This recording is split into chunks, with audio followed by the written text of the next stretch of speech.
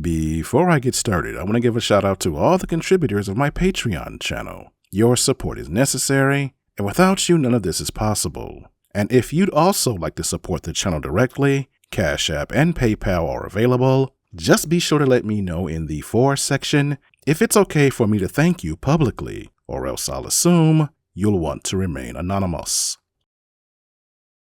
And here we go. Laymans Journal Chapter 238. Coming up as a kid in the 80s, basketball was my first love. Football is my game now, but the 80s and early 90s was the golden age of basketball. So I grew up watching legends like Magic Johnson, Larry Bird, Michael Jordan, and Shaquille O'Neal. But there was one player in particular that I thought was absolute trash. A player that all the old heads seemed to love. And that player was Moses Malone.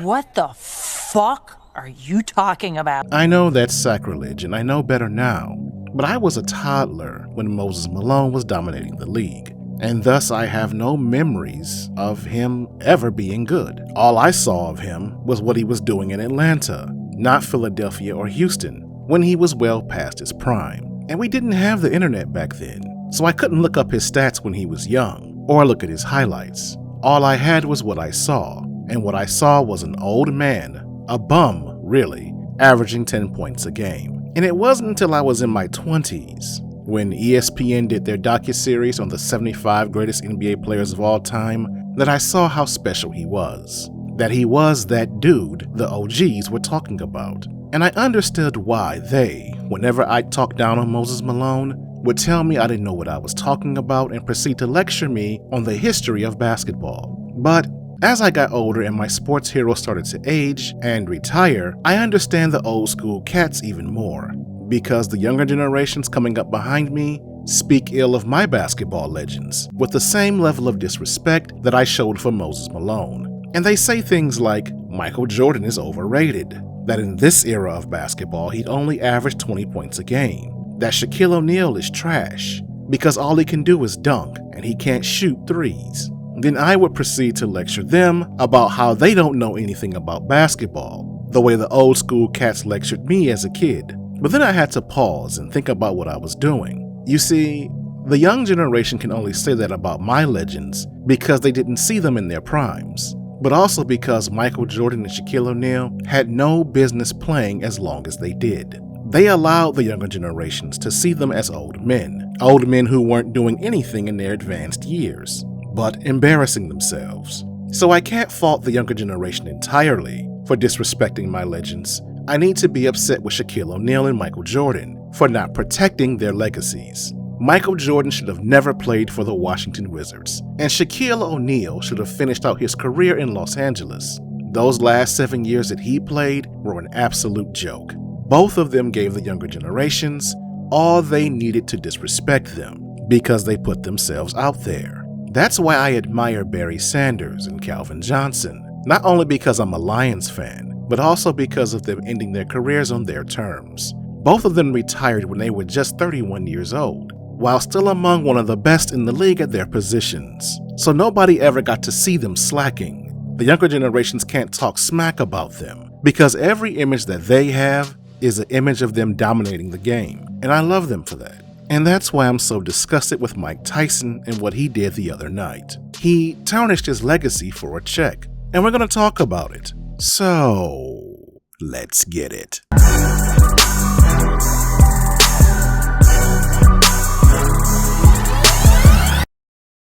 First, let me say I didn't watch the fight, because I knew it was going to be a circus, and I knew that Mike Tyson was going to lose. Because Jake Paul isn't an athlete, Jake Paul isn't a fighter. Jake Paul is a YouTuber posing as an athlete and a fighter. His only objective is to entertain, not to compete. And he looks for washed-up fighters he can pay to embarrass themselves, just to pad his stats. And that's what Mike Tyson did last night. He was Paul's latest fall guy, and he made a fool of himself, not only because he's fighting as a 58-year-old man, but also because he only landed 18 punches. How is that possible? Seriously, what the hell was that? And it angers me because Mike Tyson was and still is a legend to me. When I was a kid, he was the baddest man on the planet, and I was afraid of him. even when it came to video games. Mike Tyson's Punch-Out is one of the greatest games of all time, and fighting against him as a final boss was like fighting against a god. So I didn't just fear him as a child, I admired and respected him, and I didn't want to see him go out like that. Because even in his latter years, Mike Tyson is or was respected. You know that if you get sideways with him, you're going to come up with some missing teeth. And now, he just looks like an old man. Because Jake Paul beating Mike Tyson in a fight doesn't lift up Jake Paul's image. It tears Mike Tyson's down, because everybody knows Jake Paul can't box. I'm sure he can beat up some random guy off the street, but a serious boxer, a dude in his age range, would dog walk him.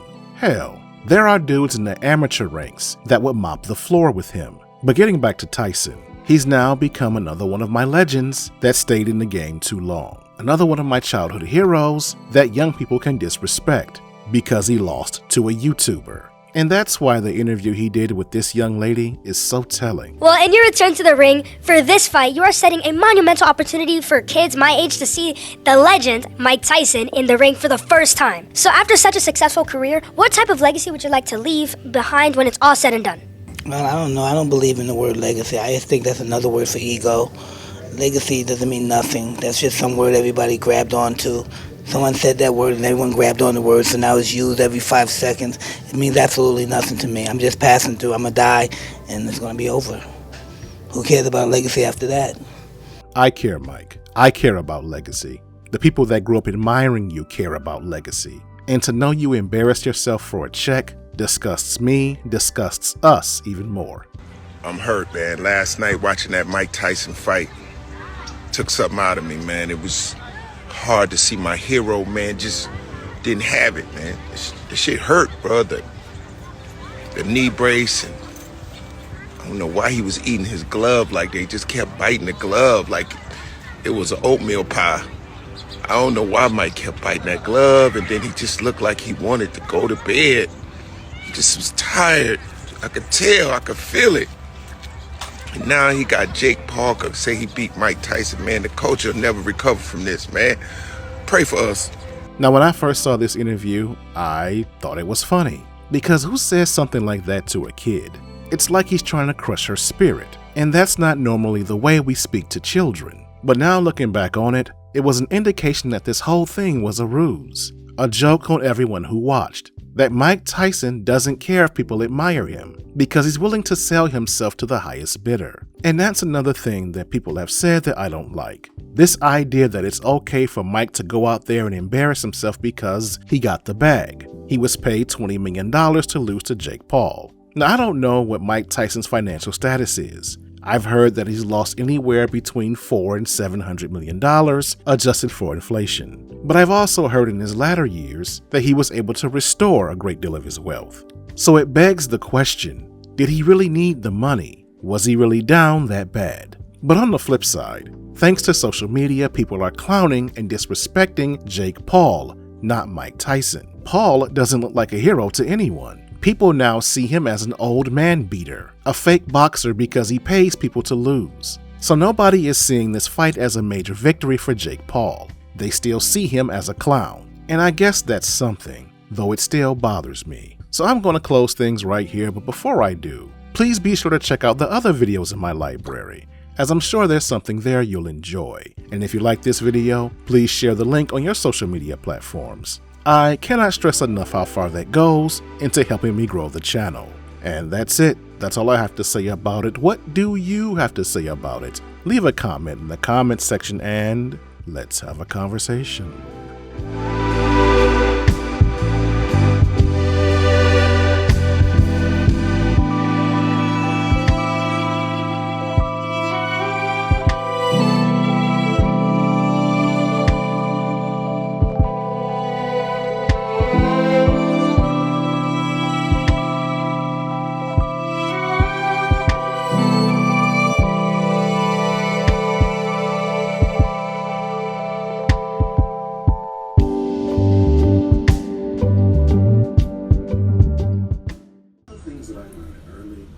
How am I spending my Friday? Some jerk chicken with rice seasoned red beans and some bread. Got some red wine over here. And I'm watching Layman's Journal on YouTube. Shout out to the brother Layman. Check him out. I'll leave the link in the description. It's your boy Calvin King. And this is how I'm enjoying my Friday.